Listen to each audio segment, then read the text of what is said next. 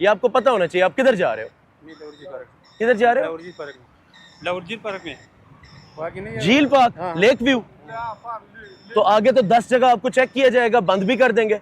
मेरी आपको गुजारिश है रावलपिंडी में जाए, वहाँ ये रिक्शे, लोडर रिक्शे अलाउड है।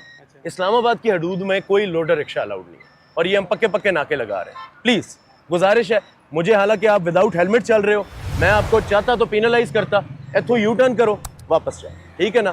फैमिली आपके साथ है, उधर जाओ, सूजो वाटर पार्क जाओ, जहां जाओ। आ जाए आ जाए आ जाए। हाँ जी सर, एक तो फ्लैशर मार रहे थे आप।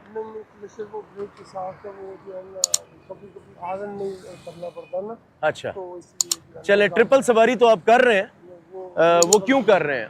आप इनके साथ हैं, कोई इनके रिश्तेदार है? बाइकिया, आप बाइकिया चला रहे हो, आप बाइकिया पे ओवर चार्जिंग कर रहे हो, 2 सवारियां आप बिठा रहे हो। आपका काइंडली मैं बाइकिया ऐप देख सकता हूँ बेटा?